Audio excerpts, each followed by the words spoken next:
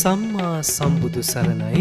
සුවහසක් ශ්‍රාවක ප්‍රේක්ෂක ඔබ සියලු දෙනාටම සදහැ සිතින් ධර්ම ශ්‍රවණයට සැදී පැහැදී ඉන්නා වූ ඔබ සියලු දෙනාම වෙනුවෙන් තුන් ලෝකාග්‍ර වුණු අමාමෑණී බුදු පියාණන් වහන්සේ දේශනා කොට වදාළ ඒ සුවාසූ දහසක් ධර්මස්කන්ධයෙන් බිඳක් මෙතෙන් සිට බෞද්ධ ආරෝපවාහිනී නාලිකාව හරහා විකාශය කරන්නටයි අපේ බලාපොරොත්තුව.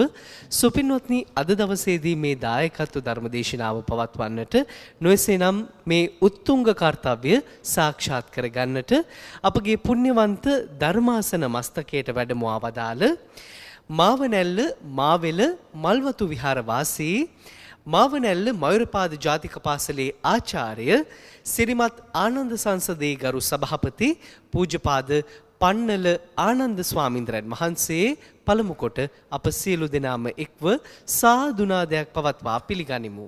සාධු සාධු සාධු.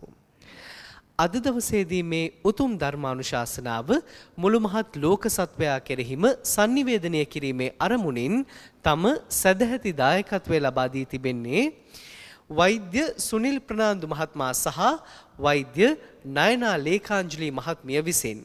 ඒ මතක් කිරීමත් සමගින් අපි සියලු දෙනාම ධර්ම ශ්‍රවණයට පෙර ආතුව තිසරණ සහිත පංචශීලයේ සමාදන් වෙමු.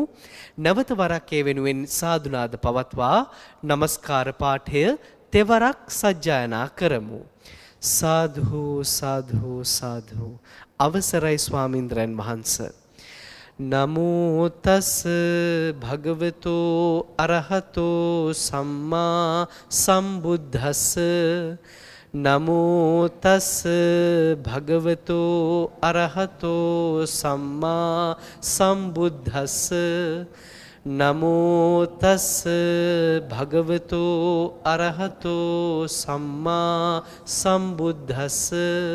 බුද්ධං සරණං ගච්ඡාමි බුද්ධං සරණං ගච්ඡාමි ධම්මං සරණං ගච්ඡාමි ධම්මං සරණං ගච්ඡාමි සංඝං සරණං ගච්ඡාමි සංඝං සරණං ගච්ඡාමි ဒ ුතියම්පි බුද්ධං සරණං ගච්ඡාමි ဒ ුතියම්පි බුද්ධං සරණං ගච්ඡාමි ဒ ුතියම්පි ධම්මං සරණං ගච්ඡාමි ဒ ුතියම්පි ධම්මං සරණං ගච්ඡාමි ဒ ුතියම්පි සංඝං සරණං ගච්ඡාමි ဒ ුතියම්පි සංඝං සරණං ගච්ඡාමි තතියම්පි බුද්ධං සරණං ගච්ඡාමි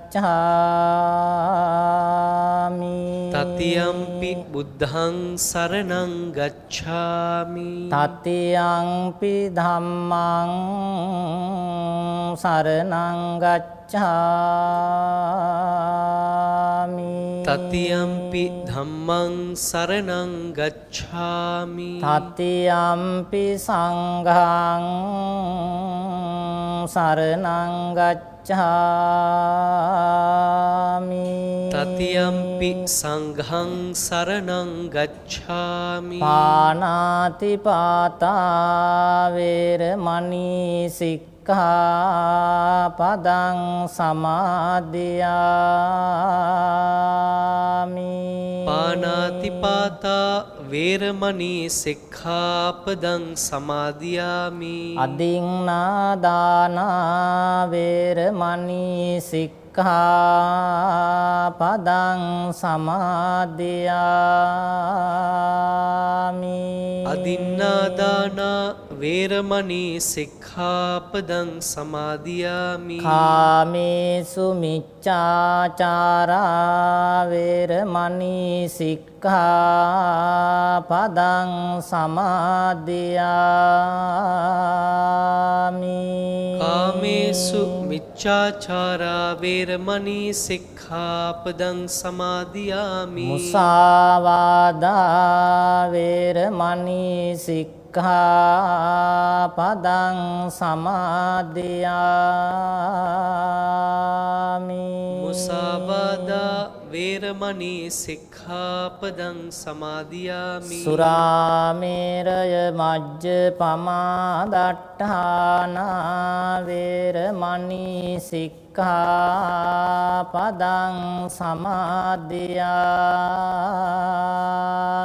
සුරාමේරය මජ්ජපමා දට්ඨානා වේරමණී සික්ඛාපදං සමාදියාමි. සමන්ත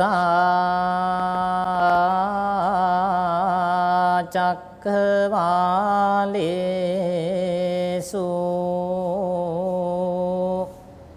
අත්‍රා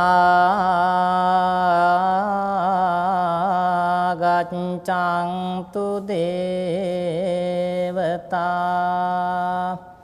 සද්ධම්මං මුනි රාජස්ස සුනන්තු සංඝ මොක්ඛදං ධම්මස්සවන කාලෝ අයං භදංතා ධම්මස්සවන කාලෝ අයං බදංතා ධම්මස්සවන කාලෝ අයං භදංතා.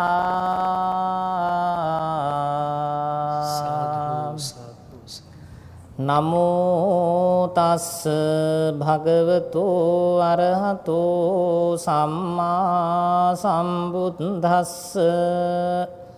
නමෝ තස්ස භගවතු අරහතෝ සම්මා සම්බුද්දස්ස. නමෝ තස්ස භගවතු අරහතෝ සම්මා සම්බුද්දස්ස. අසේවනාච බාලානං පණ්ඩිතානං ච සේවනා පූජාච පූජනීයානං ඊතං මංගල මුත්තමං තී.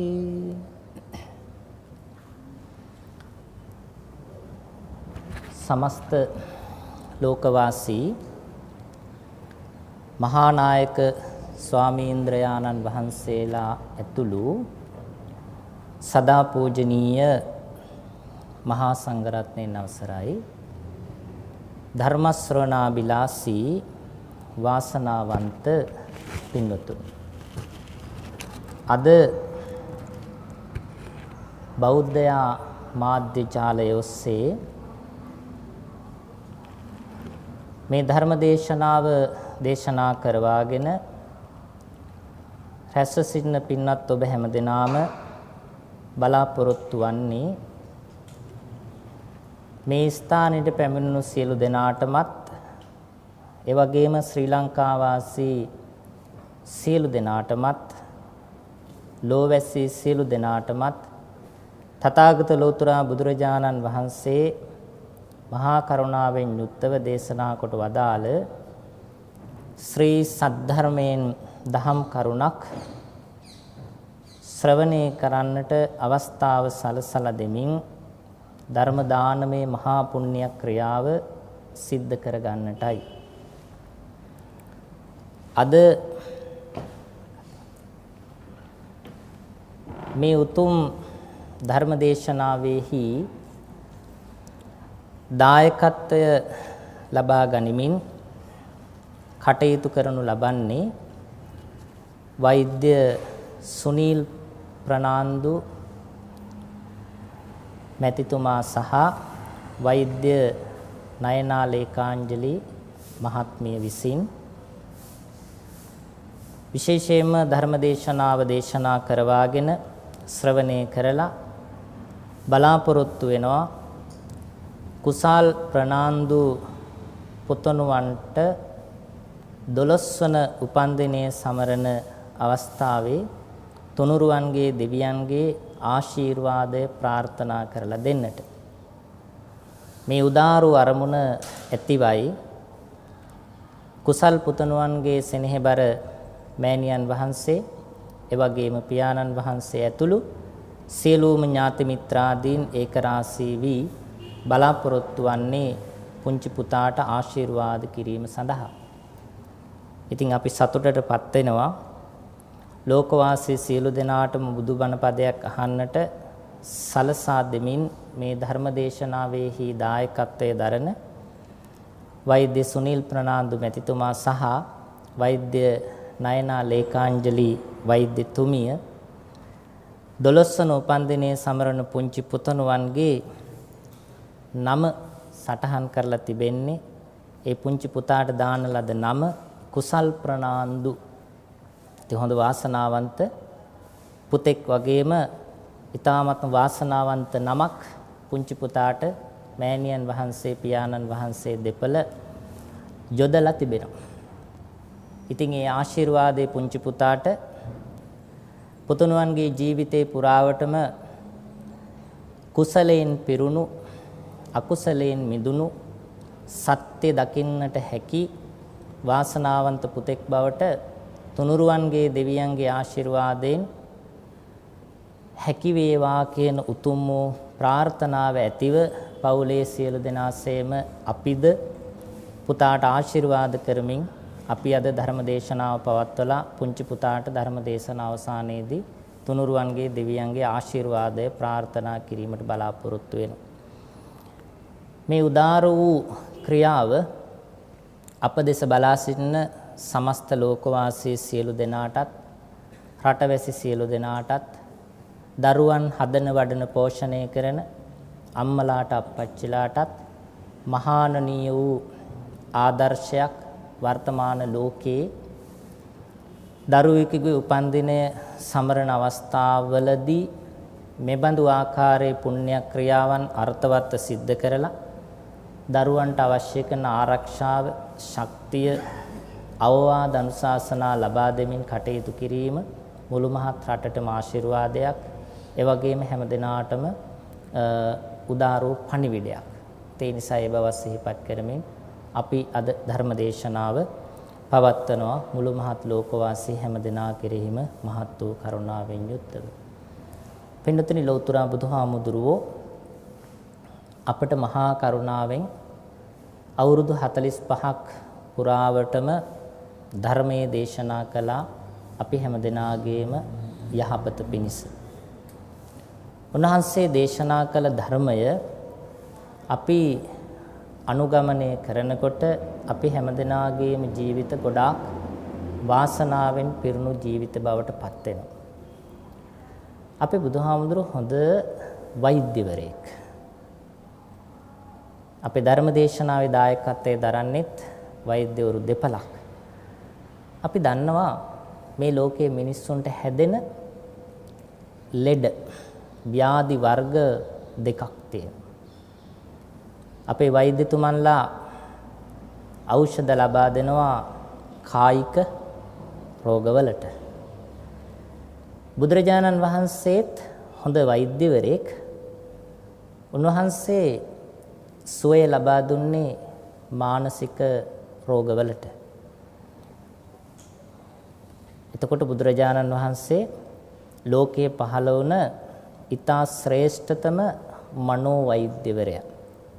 මානසික රෝගවලට බුදුරජාණන් වහන්සේ හොඳ ඖෂධයක් ලබලා දුන්නා. ඒ ඖෂධයට අපි කියනවා ධර්මය කියලා. එනිසා බුදුරජාණන් වහන්සේ අපිට දේශනා කරනවා මහණෙනි මිනිසුනේ ධම්මෝසද සමං ඒතං පිවත භික්ඛවෝ. මහණෙනි මිනිසුනේ ධම්මෝසද සමං ධර්මයේ තරම් තවත් ඖෂධයක් සමාන කරන්න පුළුවන් ඖෂධයක් සමන් නැති නැත. ඒතං පිවත භික්ඛවෝ මහණෙනි මිනිසුනි මානසිකව ඇතිවෙන රෝග පීඩාදීන් දුරු කර ගැනීම සඳහා මේ ධර්මයේ නැමැති ඖෂධය පානය කරන්න. පිබත භික්ඛවෝ පානය කරන්න. දැන් අපි සූදානම් වන්නේ තථාගත බුදුරජාණන් වහන්සේ මහා කරුණාවෙන් අපිට දේශනා කළ මේ ධර්මයේ නැමැති ඖෂධය පාවිච්චි කරන්න. ඇයි මානසික රෝග සුව කර ගැනීම සඳහා. මේ මානසික රෝග බුදුදහමේ සඳහන් වෙන විශේෂ නමක් තියෙනවා. මානසික රෝග කියලා කියන්නේ අපි හැමදෙනාගේම මනස ලෙඩ වෙන, මනස ව්‍යාධියටපත් වෙන රෝග. අපි මේක වර්තමාන නමකින් කිව්වොත් මනස විකෘති කරන, මනස වෙනස් කරන, මනසේ යහපත් ක්‍රියාකාරීත්වයේ කඩාකප්පල් කරන වෛරසයක්. මානසික රෝග කියන්නේ වෛරසයක්. මේ මානසික රෝග නැමැති වෛරසයට බුදුරජාණන් වහන්සේ හැඳින්වුව නම තමයි කෙලෙස්. ඒ අනුව පින්නතුනි අපේ මනස යම් ආකාරයක වෙනසකට ලක් වෙනවා නම් ඒ වෙනසකට ලක් වෙන්නේ අපේ මනස තුල ක්‍රියාත්මක වෙන, මනසට ඇතුල් වෙන කෙලෙස් නැමැති කුණු නිසා, කෙලෙස් නැමැති වෛරසය නිසා, කෙලෙස් නැමැති පාප සිතිවිලි නිසා. අන්න ඒ කෙලෙස් නැමැති පාප සිතිවිලි, කෙලෙස් නැමැති වෛරසය මනසට ඇතුල් වීම වළක්වන්නටත් ඒ ඇතුල් වූ කෙලෙස් දුරු කර ගැනීම සඳහාත් බුදුරජාණන් වහන්සේ ධර්මය දේශනා කළා. අපේ සිත අපි උපන් අවදියේ, මුල් අවදියේ, ළමා කාලේ හරි ප්‍රසන්නයි. අද ධර්ම දේශනාව පවත්වලා සුබපතන කුසල් පුතණුවන්ගේ වැනි වයස් සීමාවේ ඉන්න දරුවන්ගේ මනස හරි ප්‍රබාස්වරයි. එනිසා බුදුහාඳුර වදාළ පබස්සර මිදම් භික්කවේ චිත්තං.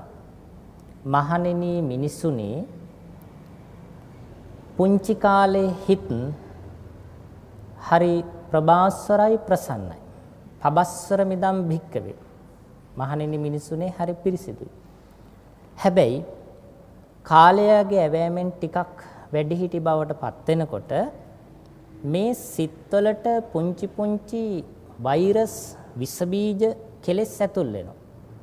කොහොමද ඇතුල් වෙන්නේ? ආගන්තුකේහි සංකිලේසේහි සංකිලිට්ටං. බාහිරින් ඇතුල් වෙන්නේ. බාහිර සමාජයෙන් කෙලෙස් මේ සිත්වලට ඇතුල් වෙනවා. ඒ බාහිර සමාජයෙන් ඇතුල් වෙන කෙලෙස් අපේ අර නිර්මල සිත විනාශ කරනවා. නිර්මල සිත වෙනස් කරනවා. නිර්මල සිතේ පැවැත්මට බාධා කරනවා. එය හරියට අර හොඳ පරිගණකයකට වෛරස් එකක් ඇතුල් වුණා වගේ. එතකොට අර පරිගණකයේ තියෙන නිවැරදි දත්ත වෙනස් කරනවා. ඒ නිවැරදි දත්ත තියෙන තැන් මාරු කරනවා. ඒ වගේම සමහර දත්ත හංගල යටපත් කරලා දානවා. ඒ වෛරස් එකක් ඇතුල් වුණාම පරිගණකයක සිද්ධ වෙන ස්වභාවය. මනසත් අර කෙලෙස් නැමැති වෛරසය ඇතුල් වුණාම මනසේ බොහෝ දේවල් වෙනස් කරනවා. සමහර දේවල් යටපත් කරනවා, සමහර දේවල් අවුල් කළා දානවා, සමහර දේවල් මකලම දානවා. කෙලෙස් වලට එහෙම කරන්න පුළුවන්.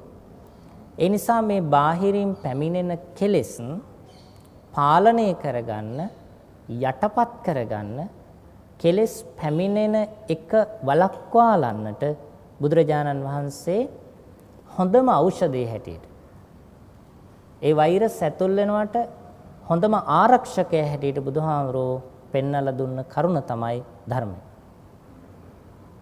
ධර්මානුකූලව ජීවත් වෙනකොට, ධර්මයට අනුව කටයුතු කරනකොට අර තියෙන කෙලෙස් වලට එන්න බැරි වෙනවා. එනිසා අපි ධර්ම දේශනාව ශ්‍රවණය කිරීමෙන් බලාපොරොත්තු වෙන්නේ අපි හැමදෙනාගේම මනස තුල යම් බඳු ආකාරයක කෙලෙස් ධර්ම ක්‍රියාත්මක වෙනවා නම් කෙලෙස් ධර්ම පැමිණෙනවා නම් ඒ පැමිණෙන සහ පැමිණිලා තිබෙන කෙලෙස් ධර්ම යටපත් කරගන්න නැති කරගන්නටයි අපි බුදුරජාණන් වහන්සේ වදාළ ධර්මය ශ්‍රවණය කරන්නේ එය අවබෝධ කරගන්නට උත්සාහයක් දරන්නේ. මනස විකෘතිතාවයටපත් වුනොත් මනස කෙලෙසීමටපත් වුනොත් ඒ කෙලෙස් ධර්ම වලින් අපිට හරි වැරදි නිවැරදිව අවබෝධ කරගන්නට තේරුම් ගන්නට බැරි වෙනවා. ඒ නිසා තමයි බුදුහාමුදුරුවෝ හොඳ මනෝවෛද්‍යවරයෙක් හැටියට මානසික සහනය සඳහා මේ ධර්මයේ දේශනා කළේ. පින්නතනි මම අද ධර්ම දේශනාවේ මාතෘකාව හැටියට තබාගත් ගාථා පාඨය පින්නත් ඔබ හොඳට දන්න සූත්‍රයක ගාථා පාඨයක්. මහා මංගල සූත්‍රය. මහා මංගල සූත්‍රයේ එන දෙවෙනි ගාථාව. අසේවනාච බාලානං පණ්ඩිතානංච සේවනා පූජාච පූජනීයානං ඒතම් මංගල මුත්තම. දැන් අපිට හම්බ වෙනවා මහා මංගල සූත්‍රයේ නමින් අපි හැමදෙනාටම කටපාඩම් සූත්‍ර ධර්මයක්. මේ සූත්‍ර ධර්මයේ දේශනා කිරීමට පසුබිම උනේ ලෞතර බුදුරජාණන් වහන්සේ වැඩ ඉන්න අවදීමයි.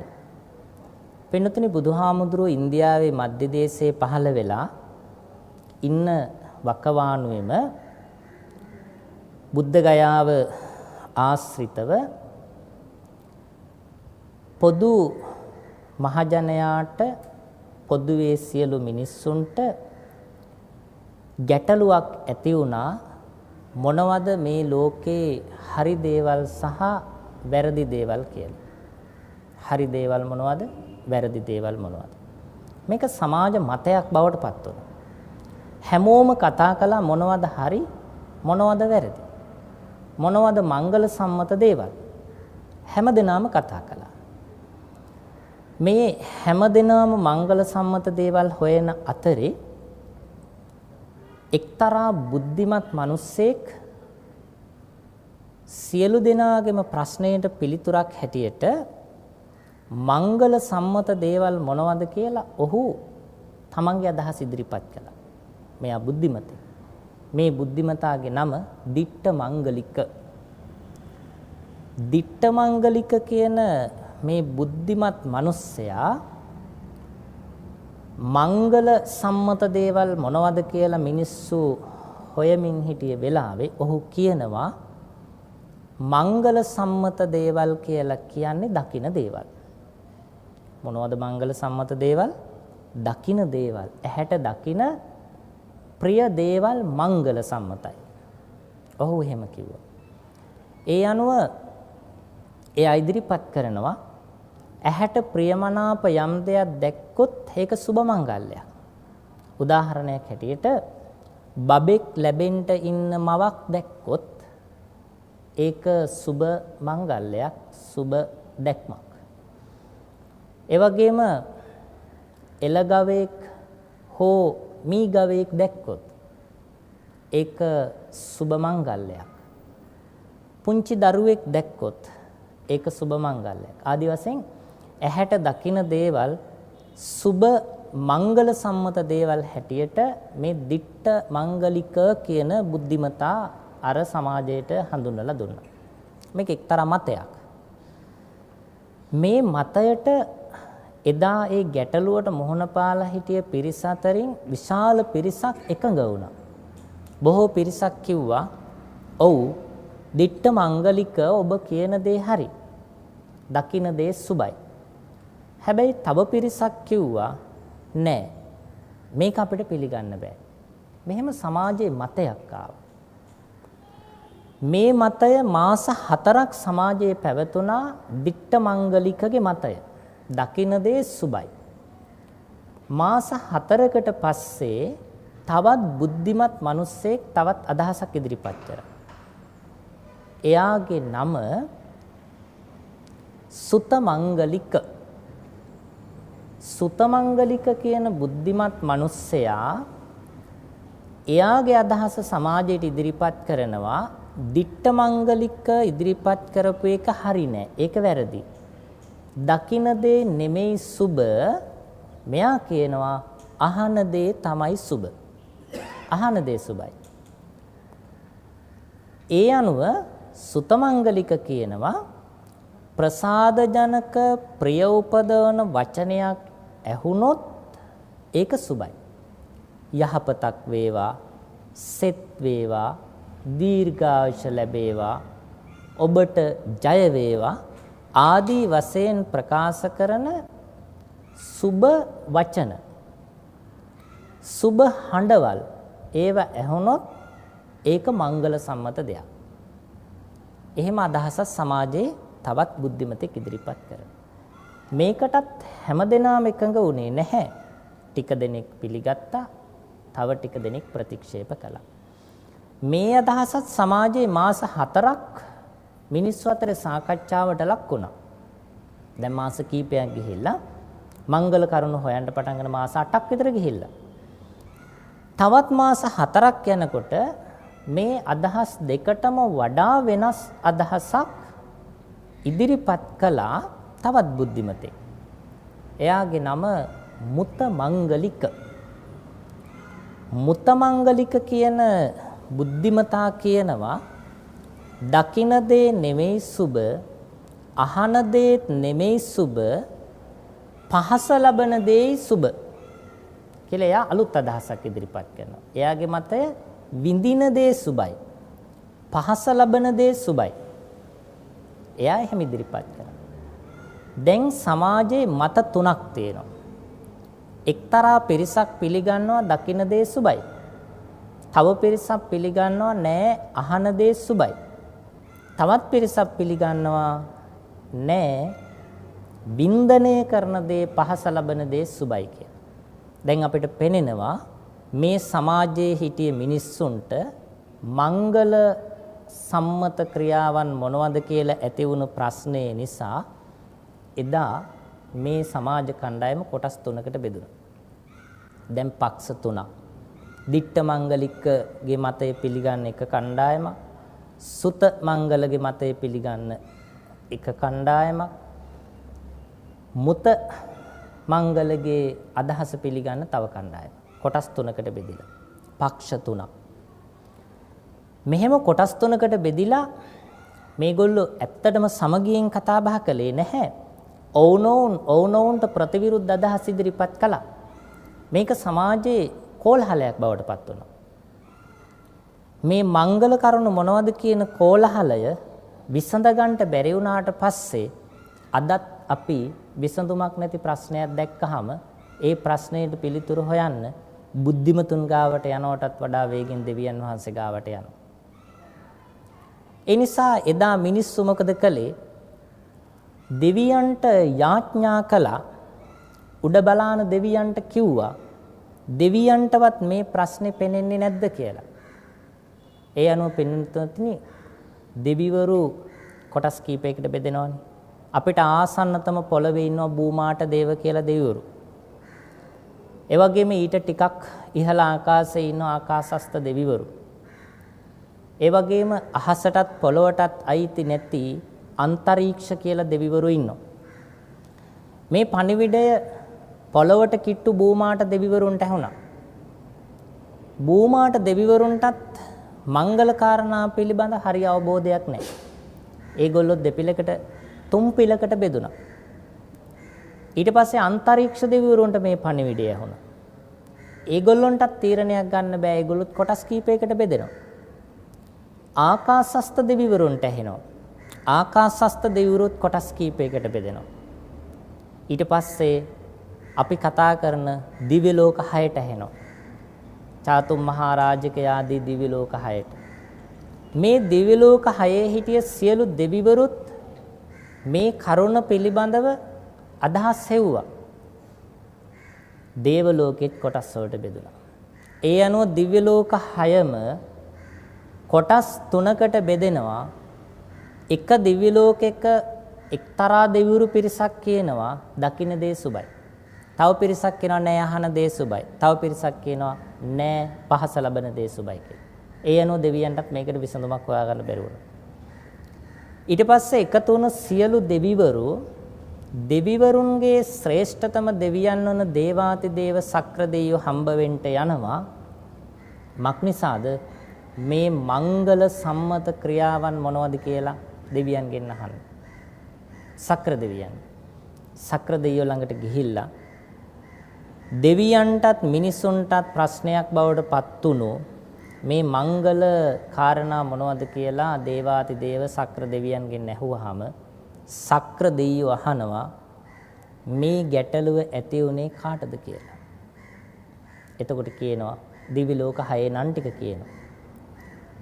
ඊට පස්සේ දිව්‍ය ලෝක 6 නම් ටික කිව්වහම ඊට පෙර කාටද ඇති උනේ කියලා ඇහුවාම ආකාශස්ත දෙවිවරුන්ට කිව්වා, අන්තරීක්ෂ දෙවිවරුන්ට කිව්වා, භූමාට දෙවිවරුන්ට කිව්වා. භූමාට දෙවිවරුන්ට මේ ප්‍රශ්නය ඇති උනේ ඇයි කියලා ඇහුවාම ඒගොල්ලෝ කියනවා මනුෂ්‍ය ලෝකයේ මේ ප්‍රශ්නේ ඇති වුණා. ඒ නිසා තමයි අපිටත් මේක ප්‍රශ්නයක් බවට පත් වුනේ කියලා. ඒ වෙලාවේ දේවාති දේව සක්‍ර දෙවියෝ මතක් කරනවා මේ ප්‍රශ්නේ අහන්න සුදුසු පුජ්‍යලයා මම නෙමෙයි. මේ ප්‍රශ්නේ අහන්න සුදුසු පුජ්‍යලයා මනුස්ස ලෝකයේ ඉන්න සිද්ධාර්ථ ගෞතම බුදුරජාණන් වහන්සේ. ඇයි ඔබ බුදුරජාණන් වහන්සේගෙන් මේ ප්‍රශ්නේ ඇහුවේ නැත්තේ? මනුෂ්‍ය ලෝකේ නේද බුදුහාමුදුරුවෝ වැඩ ඉන්නේ? මේ ප්‍රශ්නේ උද්ගත වුණේ මනුෂ්‍ය ලෝකේ නේද කියලා දෙවියෝ ප්‍රශ්න කරනවා සියලු දෙවියන්ගේ. දැන් බලන්න පින්නතුනි වර්තමාන ලෝකයේ වගේමයි. එදත් මිනිස්සු ගැටලුවක් ඇති වුණාම ප්‍රශ්නයක් ඇති වුණාම ඒ ප්‍රශ්නේ දෙවියන්ට කිව්වා. අදත් ඊ타ත්ම නිර්මල දර්ශනයක් බුදුදහම ජීවමානව පවතිද්දී බොහෝ මිනිස්සු අපිට ඇති වෙන ප්‍රශ්න හමුවේ දෙවියන්ට කන්නලව් කරනවා, දෙවියන් ළඟට යනවා, දෙවියන්ට පුද පූජා පවත්වලා විසඳුම් බලාපොරොත්තු වෙනවා. නමුත් දේවාති දේව සක්‍ර දෙවියෝ මතක් කළේ ඇයි මේ ප්‍රශ්නේ බුදුහාමුදුරන්ගෙන් ඇහුවේ නැත්තේ? ඒ අනුව සියලු දෙනා බුදුරජාණන් වහන්සේ ගාවට එනවා. බුදුරජාණන් වහන්සේ ගාවට එන සියලුම දෙවිවරු බුදුරජාණන් වහන්සේගෙන් මේ ප්‍රශ්නය අහනවා. මෙතනින් එහා කතාව ලංකාවාසී ලෝකවාසී ඔබ සියලු දෙනාම හොඳින් දන්නවා. ජේතවනාරාමේ බුදුහාමුදුරුවෝ වැඩ ඉන්න වෙලාවක මධ්‍යම රාත්‍රියේ මුළු ජේතවනාරාම පින්බිමම ආලෝකමත් කරමින් දෙවියෝ බුදුරජාණන් වහන්සේ ගාවට ඇවිල්ලා බුදුරජාණන් වහන්සේගෙන් අහනවා මිනිසුන්ටත් දෙවියන්ටත් ප්‍රශ්නයක් බවට පත් වෙලා තියෙන මේ මංගල කාරණා මොනවද කියලා. පින්නතුනි මේකට කියනවා මංගල කෝලහලය කියලා. මේ ලෝකේ කෝලාහල වර්ග කීපයක් තියෙනවා. විවිධ යුගවල විවිධ අරමුණු මුල් කරගෙන ලෝකේ ඇතිවෙන කෝලාහල. එකක් තමයි කප්ප කෝලාහලය. මොහොතක් කල්පනා කරන්න කල්පය පිළිබඳව මිනිස්සු අතර ඇතිවෙන කෝලාහලයක්. පුංචි උදාහරණයක් අපිට තියෙනවා. පසුගිය අවුරුද්දේ දෙසැම්බර් මාසේ 1 දිනයක් තිබුණා සහ දෙසැම්බර් මාසෙට මුල් මාස 5ක් විතර එක දිගටම මුළු ලෝකෙම කතා කළා එක මාතෘකාවක් පිළිබඳ. ඒ ලෝකයේ විනාශය පිළිබඳ. පුංචි දරුවෝ පවා කතා කළා. පොඩි දරුවෝ පවා හවස නිදාගත්තේ හෙට එළි වෙයිද දන්නේ නැහැ. ලෝකයේ මිනිස්සු ගොඩාක් වෙනස්කම් වලට ලක් වුණා. සමහර මිනිස්සු තමන්ගේ සැප සම්පත් උපරිම භුක්ති විඳින්න උත්සාහ කළා ලෝකේ විනාශ වෙනවා කියලා. හැම දිනම ලෝක විනාශයක් පිළිබඳව කතා කරා. ඒක පුංචි කෝලහලයක්. යුද්ධ කෝලහල වගේම මිනිස්සුන්ගේ මනසේ ඇතිවෙන කෝලහලයක්. අන්න ඒ වගේ මේ පහුගිය අවුරුද්දේ දෙසැම්බර් මාසයේ ඇතිවෙච්ච කෝලහලේ කප්ප කෝලහලේ නෙමෙයි. ඒක ඊටාමත් ප්‍රාථමික කෝලහලයක්. ඊට වඩා ප්‍රබල විදියට කල්ප විනාශය පිළිබඳව කල්පය පිළිබඳව මිනිස්සුන්ගේ ඇතිවෙන කෝලහලයක් තියෙනවා. ඒකට කප්ප කෝලහලය කියනවා. ඒ වගේම චක්කවර්ති කෝලහල කියලා තියෙනවා. චක්‍රවර්ති රජුරුවන්ගේ පහළවීම පිළිබඳව ඇතිවෙන කෝලහලයක්. ඒ වගේම බුද්ධ කෝලහලය කියලා එකක් ලෝකේ ඇති වෙනවා. බුදුරජාණන් වහන්සේගේ පහළ වීම හා සම්බන්ධයෙන් හැමදෙනාගේම ඇති වෙන මේ බුද්ධ කියන වචනයත් එක්ක ඇති වෙන කෝලහල. ඒ වගේම ඇති වෙන කෝලහලයක් තමයි මංගල කෝලහලය. මංගල කෝලහලය ඇති වෙන්නේ බුදු කෙනෙක් පහළ වුණාට පස්සේ මොනවද මංගල සම්මත ක්‍රියාවන් කාරණා මොනවද කියලා ඇති වෙන කෝලහලය. ඒ වගේම පස්වෙනි කෝලහලයක් තියෙනවා. ඒ කෝලහලෙට කියනවා මෝනෙය්‍ය කෝලහලය කියලා. මෝනෙය්‍ය කෝලහලය කියලා කියන්නේ උසස් හික්මීම පිළිබඳව මිනිස්සු අතර ඇති වෙන කෝලහලය. මෙන්න මේ වගේ ලෝකේ ප්‍රධාන වශයෙන් කෝලහල පහක් පිළිබඳව අපේ බෞද්ධ සාහිත්‍යයේ සාකච්ඡා වෙනවා, කතා වෙනවා. මේ බඳු කෝලහල ඇති වෙනවා දෙවියන්ටත් මිනිසුන්ටත්. ඒ අතර එක ප්‍රධාන කෝලහලයක් තමයි මංගල කෝලහලය. මේ මංගල කෝලහලේ ඇති වෙලා බුදුරජාණන් වහන්සේ ගාවට පැමිණුණයින් පස්සේ දෙවියන් සහ මිනිසුන් ආරාධනාවක් කරනවා දෙවියෝ ස්වාමීනි භාග්‍යවතුන් වහන්සේ අපිට මංගල කාරණා මොනවද කියලා දේශනා කරන්නට කියලා. ඒක තමයි අපිට මංගල සූත්‍රයේ හම්බ වෙන බහූදේවා මනුස්සාජ්ජ මංගලානි අචින්තයුං ආකංකමානා සොත්තානං බ්‍රූහි මංගල මුත්තමං. ස්වාමීනි භාග්‍යවතුන් වහන්සේ බොහෝ දෙවියන්ටත් මිනිසුන්ටත් ඇති වුණ ගැටලුවක් තියෙනවා. මංගල කෝලහලයක් ඇති වෙලා තියෙනවා. මොනවද මංගල සම්මත කාරණා? මංගල කරුණු මොනවද බුදුහාමුදුරනේ? දැන් මෙහෙම දෙවියන් වහන්සේලා සහ සියලු මිනිසුන් ඒකරාසී වෙලා මේ කෝලහලය ඇති කරගෙන මේ ප්‍රශ්නේ ඇහුවාම අපේ බුදුරජාණන් වහන්සේ ඊ타ත්ම ලස්සන පිළිතුරක් දෙනවා කාරණා 38ක් ඇතුළු කරමින්. ඒ කාරණා ටිකට තමයි අපි මංගල සූත්‍රය කියලා කියන්නේ. එහෙම නැත්නම් මංගල කරුණු මංගල කාරණා කියලා කියන්නේ. බලන්න අපේ බුදුහාමුදුරු දෙන පිළිතුර මොනතරම් ශ්‍රේෂ්ඨද කියලා. උන්වහන්සේ පැහැදිලි කිරීමක් කරනවා මංගල කාරණා මොනවද කියලා ඇසූ ප්‍රශ්නෙට. එතනදී දේශනා කරනවා බුදුහාමුදුරුවෝ අසේවනාච බාලානං පණ්ඩිතානංච සේවනා. මහණෙනි මිනිසුනේ දෙවියනි මංගල කාරණා මන් දැන් දේශනා කරන ඔබ හොඳින් ශ්‍රවණය කරන්න. එහි පළමුවෙන්න මොකද්ද? අසේවනාච බාලානම් පණ්ඩිතානංච සේවනා. ඊ타මත්ම හොඳින් මතක තියාගන්න පළවෙනි කාරණයක් තියෙනවා බාලයන් ඇසුරු කිරීමෙන් වළකින්න. ප්‍රඥාවන්තයින් නුවණ තියෙන මිනිස්සු ඇසුරු කිරීමට යොමු වන්න. බුදුහාමුදුරු අවවාදයක් කරා. මොකද්ද? බාලයන්ගේ ඇසුරෙන් වළකින්න. උන්වහන්සේ බාලයා කියලා මෙතන හැඳින්නුවේ නුවණ අඩු. ඒ බාලයා උපමාවකින් අට කතාවේ විස්තර කරනවා. බාලයා කියලා කියන්නේ උසුම ගැනීම පමණක් සිද්ධ කරන තැනැත්තෙක්. ඔහු දියුණු කරගත්ත වෙන කිසිවක් නැහැ. එයාගේ විශේෂත්වය උසුම ගන්නවා විතරයි. ඒ වගේම බාලයා කියලා කියන කෙනා බුදුහාඳුරෝ උපමාවකින් පෙන්නනවා බාලයා කියලා කියන්නේ හරියට කුණු වෙච්ච දුර්ගන්ධයේ හමන මාළු කෑල්ලක් වගේ. දුර්ගන්ධයේ හමන කුණු වෙච්ච මාළු කෑල්ලක් වගේ බාලයා. බාලයන් ඇසුරු කරන මිනිස්සු බුදුහාඳුරෝ උපමාවකින් පෙන්නනවා හරියට අර කුණු වෙලා ගිය දුර්ගන්ධයේ හමන මාළු කෑල්ලක් ඔතලා තියෙන කුසතන ටිකක් වගේ කියලා. කුසතන හරි පිරිසිදුයි පවිත්‍රායි. බුදුරජාණන් වහන්සේ සම්මා සම්බුද්ධත්වයට පත් වෙනකොට ආසනයට එලාගත්තේ කුසතන. බොහොම පවිත්‍ර වස්තුවක්. නමුත් බුදුහාඳුර මෙතනදී උපමා කරනවා ඒ පවිත්‍ර වූ කුසතන වලින් ඔතලා තියෙනවා නම් කුණු වෙච්ච මාළු කැබැල්ලක්.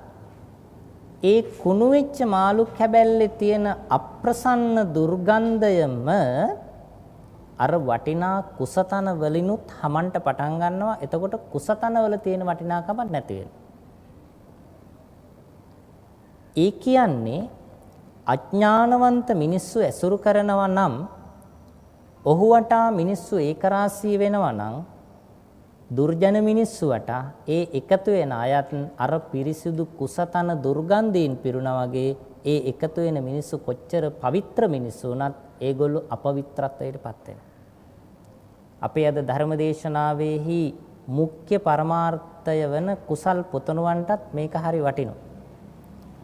දුර්ජන මිනිස්සුන්ගේ ඇසුරෙන් පුංචි පුතේ අපේ චරිතය විනාශ වෙනවා. අපේ වටිනාකම විනාශ වෙනවා. අපිත් අර දුර්ගන්ධයේ හමන මිනිස්සු බවට පත් වෙනවා.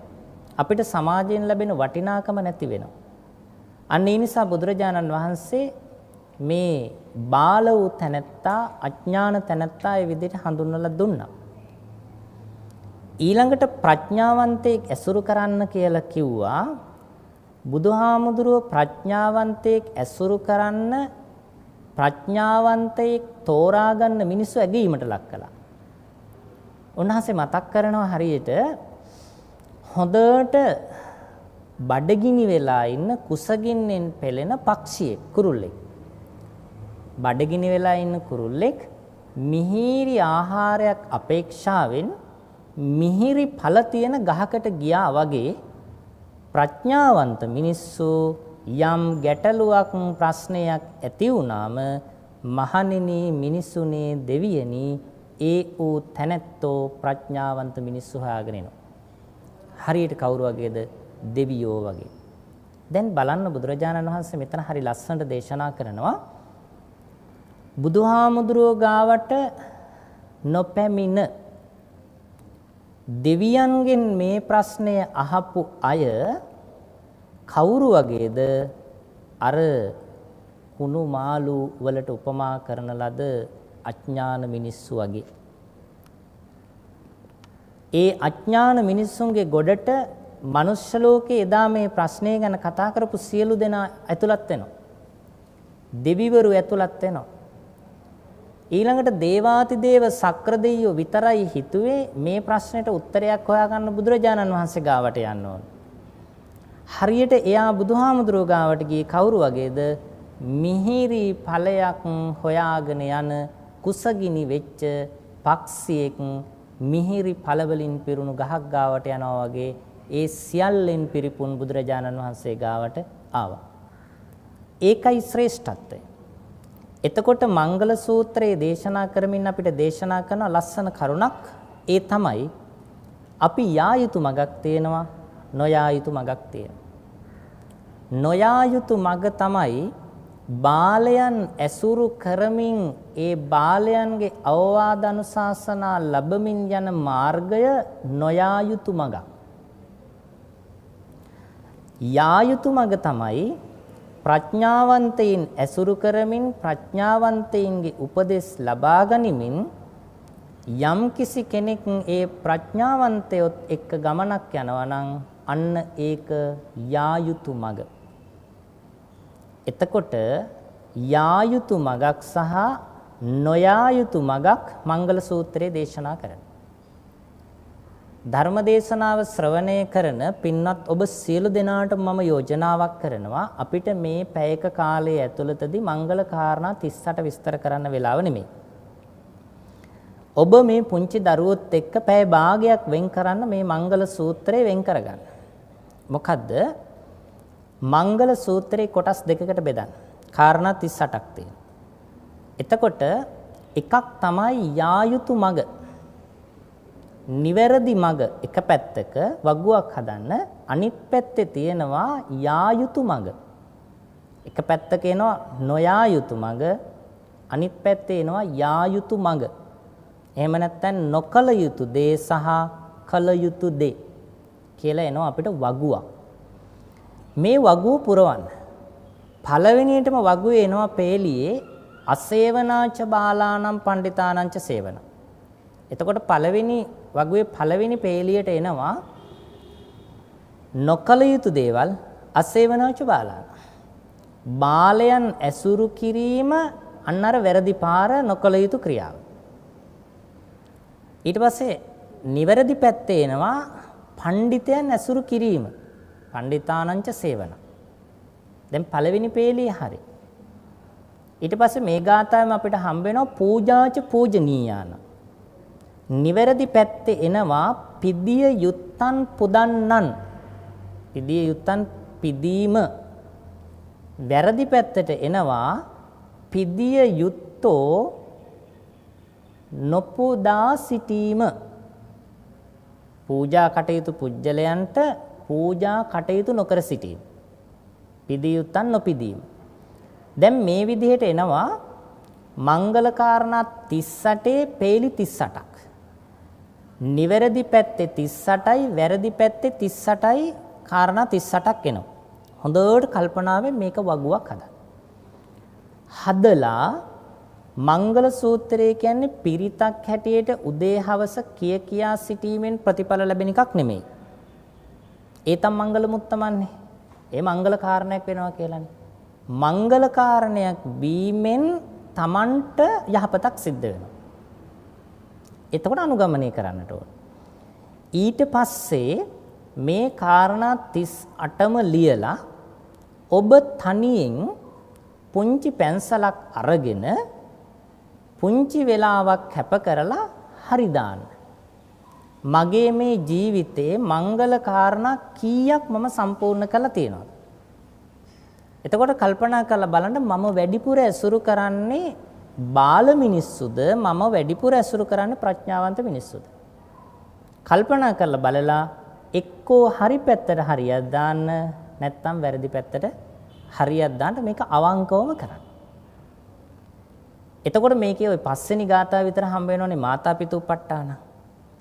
අම්මට අප්පච්චිට උපස්ථාන කරන්න මට පුළුවන් වුණාද බැරි වුණාද? අවංකවම පුළුවන් වුණා නම් හරි පැත්තට හරියක් දාන්න. බැරි වුණා නම් ඒකට වැරද්දක් දාලා බැරි වුණ බව හොඳට බලන්න. එතකොට බුදුරජාණන් වහන්සේ දේශනා කළානේ මංගල කාරණා 38 අනුගමනය කරන අයට සුබ දෙයක් වෙනවා කියලා, යහපතක් සිද්ධ වෙනවා කියලා. ඔබ ස්වයං අධීක්ෂණයක් කරලා බලන්න මේ කාරණා 38න් කීයක් මම සම්පූර්ණ කරනවද? මගේ ජීවිතේ මංගල්‍යයක් මට ලැබෙනවද? එහෙම බලනකොට යහපත් පැත්තට මම දාලා තියෙන හරි ප්‍රමාණය අඩුයි නම් හැකිතාක් ඉක්මනට මම වෙනස් වෙනවා. ඒ කියන්නේ මම මේ පැත්තට හරි අඩුයි නම් මගේ හරි වැඩිපුර තියෙන වැරදි පැත්තේ ඒ ටික වෙනස් කරලා මම යහපත් මංගල කාරණාවල යෙදෙන කෙනෙක් බවට පත් වෙන්න ජීවිතේ වෙනස් කරගන්න. මේ මංගල සූත්‍රයේ තියෙන වටිනාකම ජීවිතේ වෙනස් කර ගැනීමේ හැකියාව. ඒ නිසා මම රටවාසී ලෝකවාසී පින්වත් ඔබ හැමදෙනාටම ආරාධනා කරන්නේ මේක අම්මලා අප්පච්චිලා ගෙදර එකතු වෙලා කරන්න හොඳ ඉතාමත්ම ස්වයං අධීක්ෂණයක්. මේක කරලා දරුවන්ට පවා කියන්නේ පුතේ ඔයා මෙන්න මේ වැඩේ කරොත් මෙතෙන්දි මංගල්‍යයක් ලැබෙන්නේ නැහැ මගේ පුතාට.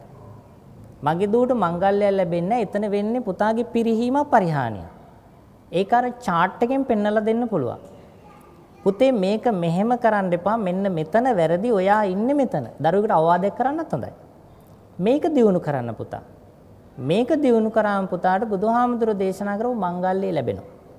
ඉතින් මම ආරාධනා කරන අපේ කුසල් පුතාට මේක gederදී හදන්න පුළුවන්. මංගල සූත්‍රය අරගෙන යහපත් කරුණු 38යි අයහපත් කරුණු 38යි ලියලා අම්මා අප්පච්චිත් එක්කත් සාකච්ඡා කරලා ලස්සන වගුවක් හදලා පුළුවන් පුතාලගේ ජීවිතේදී මේක පුරව ගන්න මංගල කාරණා 38. ඉතින් ඒ බව මම සිහිපත් කරනවා. මුළු මංගල සූත්‍රයේම මේ විදිහට වෙන් කරගන්න. එතකොට ඔබට මේ කාරණා 38න් යම් කිසි පුජ්‍යලයකට බුදුහාඳුරෝ දේශනා කරා නම් සැබවින්ම මංගල්‍යයක් උදා වෙනවා කියලා ඒ මංගල්‍යය එදා වගේම අද ඉන්න හැම දිනාටම උදා කරගන්නට පුළුවන් ශක්තිය තියෙනවා. හැබැයි මංගල කියලා කිව්වේ දකින දේ, අහන දේ, විඳින දේ නෙමෙයි අසේවනාච බාලාණන් කියන තැන සිට ඉදිරියට තියෙන සියලු කරුණු. ඒ බව ඉතාමත්ම හොඳින් තියාගෙන හිතේ තියාගෙන ධර්ම ශ්‍රවණේ කරන ලද පින්නත් ඔබ මා මේ කී කරුණ නිවසට ගිහිල්ලා නිවසේදී හොඳ ගවේෂණයකට පරීක්ෂණයකට ලක් කරන්න කියලා සිහිපත් කරමින් ඔබ හැමදෙනාගේම ජීවිතවල මේ උතුම් බුදුහාමුදුරෝ දේශනා කරන්නට යෙදුණු මංගල කරුණ වලින් පිරීලා මංගල සම්මත සුබම සුබ වාසනාවන්ත ජීවිත හැම දිනාටම ගොඩ නැගේවා උදා වේවා කියලා සුභාශිංසනය කරමින් අපි ලැබුණු කාලේ අවසාන වන බැවින් අපේ ධර්ම දේශනාව අවසන් කරනවා. ඉතින් විශේෂයෙන්ම අද දවසේ මේ ධර්ම දේශනාව පවත්වා ගනිමින් ලෝකවාසී සියලු දෙනාට ධර්ම ශ්‍රවණය කරලා ධර්ම මාර්ගය අවබෝධ කරගන්නට බුදුහාඳුරෝ දේශනා කොට වදාළ දහම් කරුණක් කෙරෙහි අවධානය යොමු කරන්නට අවශ්‍ය කරන ධර්ම දායකත්වයේ ලබා දෙමින් කටයුතු කරනු ලබන පින්වත් හැම දිනාටම ආශිර්වාද කරන්නටයි අපි සූදානම. ඒත් එක්කම අපි නමින් පරලෝසපත් වුණ සීලෝම ඥාතීනි අපි අද දවසේ පින් කුසල අනුමෝදන් කරනවා. ඔබ මේ පින් අනුමෝදන් වේවා. සුනිල් ප්‍රනාන්දු වෛද්‍යතුමන්ගේ පරම්පරාවේ පරලෝසපත් ඥාතීන්ට ඒ වගේම නයනා ලේඛාංජලි වෛද්‍යතුමියගේ නමින් පරලෝසපත් වුණු පරම්පරාවේ ආත සීලෝම ඥාතීන් ඇතුළු හැම දිනාටමත් අපි පින් දෙන ඒ ඥාතීන් දුකින් නැත මිදී සපවත් භාවයටපත් වී උතුම් නිවන් සුවය අවබෝධ කරගනිත්වා කියලා අපි පුණ්‍යානුමෝදනා කරනවා. ඒ වගේම අපිවත් සම්බුද්ධ ශාසනයත් ආරක්ෂා කරන සියලු දෙවියනි ඔබ වහන්සේලාට අපි පින් දෙනවා. දෙවියෝ පින් අනුමෝදන් වෙත්වා. දෙවියන්ට ඇති වෙන ප්‍රශ්නයකට විසඳුමක් හැටියට බුදුරඳුන් වදාළ මේ දහම් පණිවිඩය අපි අද නැවතවරක් සියලු ලෝකයාට ශ්‍රවණය කරන්නට මේ මාධ්‍ය ජාලයෙන් ප්‍රචාරය කරනවා. දෙවියෝ සතුටටපත් වේවා.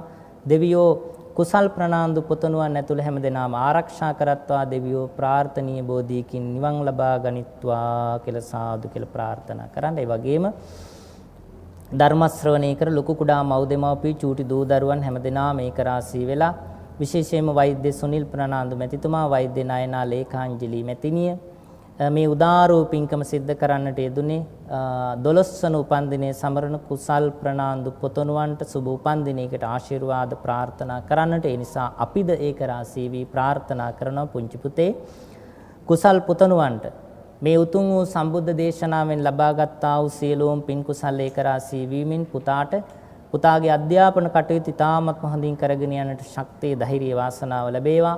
රටටත් සම්බුද්ධ ශාසනයටත් අම්මටත් අප්පච්චිටත් අප හැම දිනාටම වටිනා ඉතාමත් උතුම් පුත්‍ර රත්නයක් බවට මේ පුංචි පුතුණුවන් පත් වේවා. 12 වන උපන්දිනයේ සමරන පුංචි පුතාට සුබම සුබ උපන්දිනයක් වේවා.